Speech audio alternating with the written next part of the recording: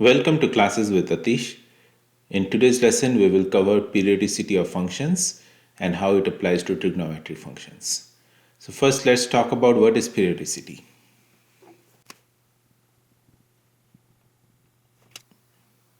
A function is called periodic if it has a period, let's say p, at which it repeats itself. Mathematically, we can represent it as function of x is equal to function of x plus t, where t is the period.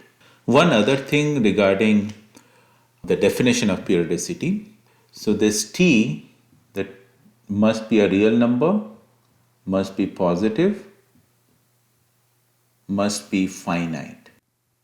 Okay? So make sure that you don't forget about these. Let's take example of sin x. Let's also revisit how the graph of sin x looks like.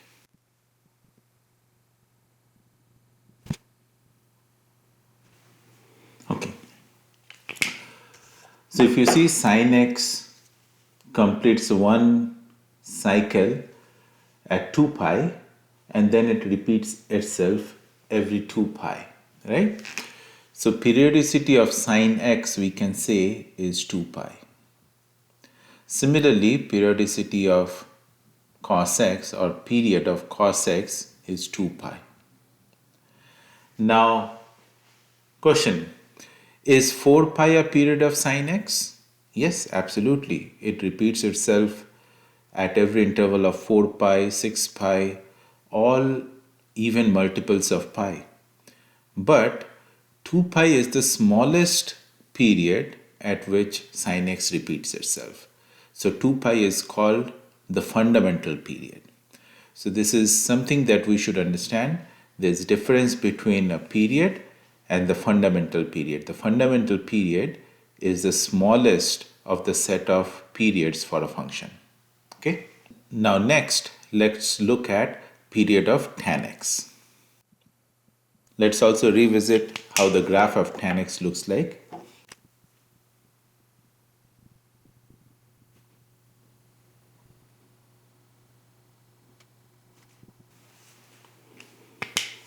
So if we evaluate or see how the graph of tan x repeats itself, so you will see every interval of pi, it repeats itself. So the fundamental period of tan x we can say is pi. Okay.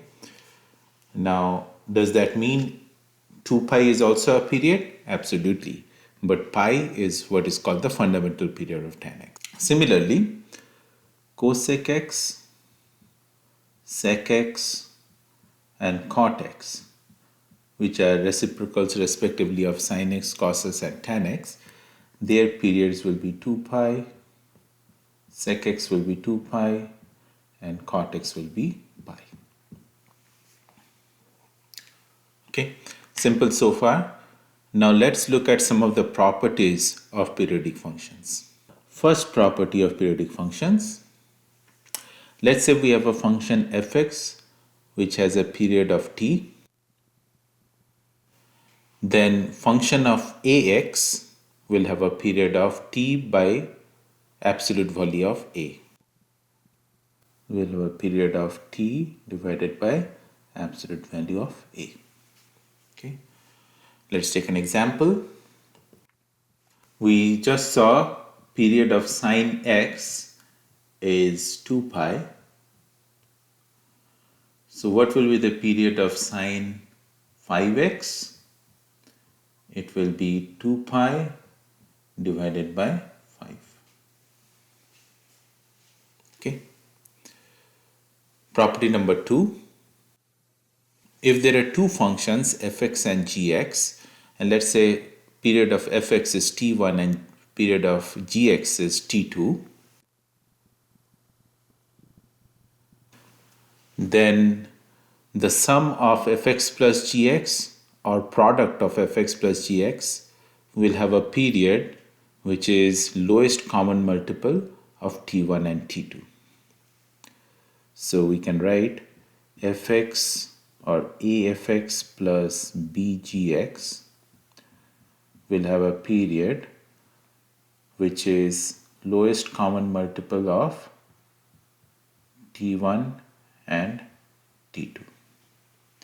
Similarly, product of Fx times Gx will also have a period of which is lowest common multiple of T1 and T2. Okay. Example. Let's say there are two functions, sine 2x and tan 4x. Okay. We know sine 2x will have period of 2 pi divided by 2, or it will have a period of pi. Tan 4x will have a period of pi divided by 4. Okay. Now what is the LCM of pi and pi by 4?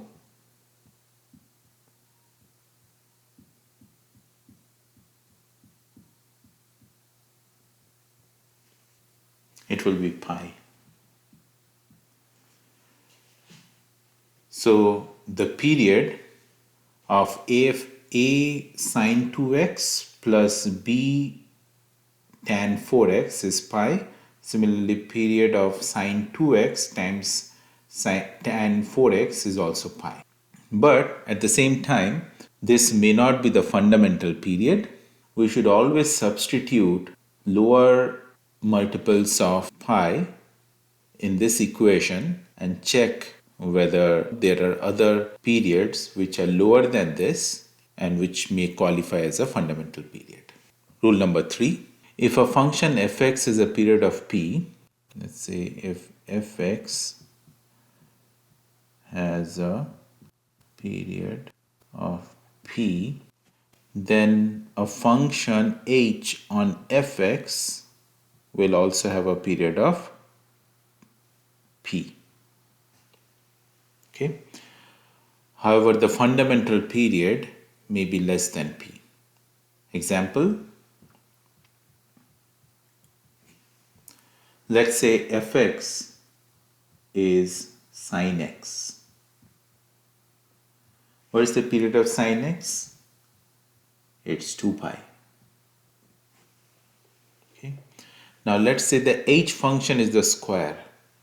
So which means h of fx is f squared, which is sine square x. 2 pi will also be a period of sine square x. But 2 pi may not be the fundamental period of sine square x. Let's verify that. Let's say h, let's check pi. We're checking if pi is a period of hx. Okay.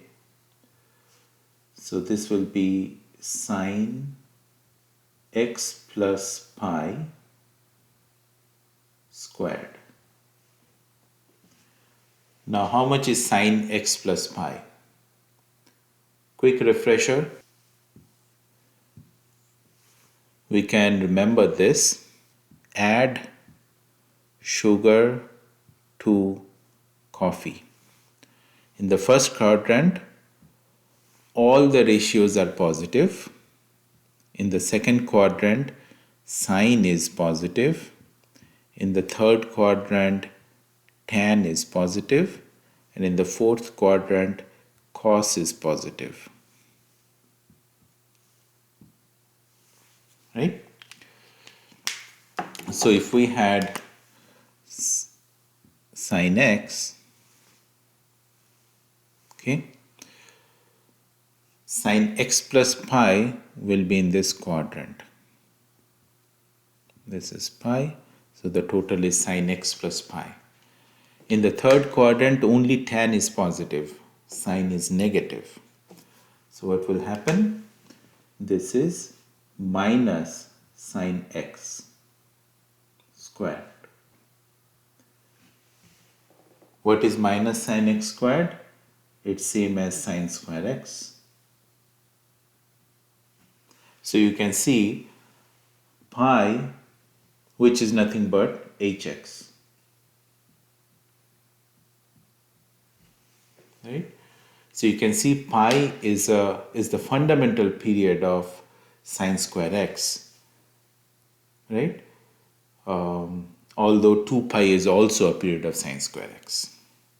Okay, so broadly these are the three rules of periodicity.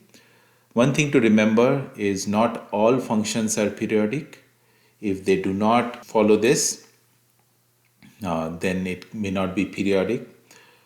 There could be functions that have a period but they do not have a fundamental period. For example, fx equals to 1, they have a period because it's always 1, it always repeats itself, but then there is no fundamental period. Third thing is, two functions may be periodic, but the sum of two functions may not always be periodic. I can give you an example on that. Sin x plus tan 2 pi x.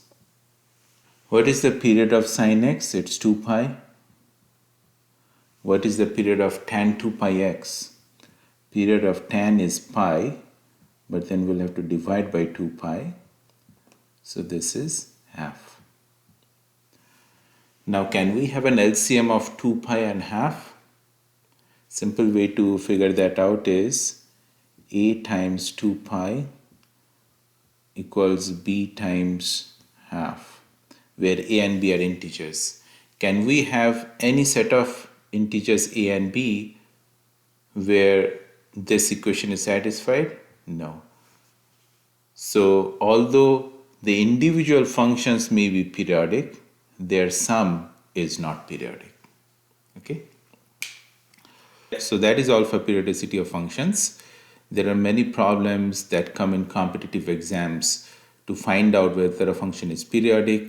If a function is periodic, then what's the period of that function? What's the fundamental period of that function? So we'll discuss those more in later lessons, but conceptually this is all you need to solve all those problems.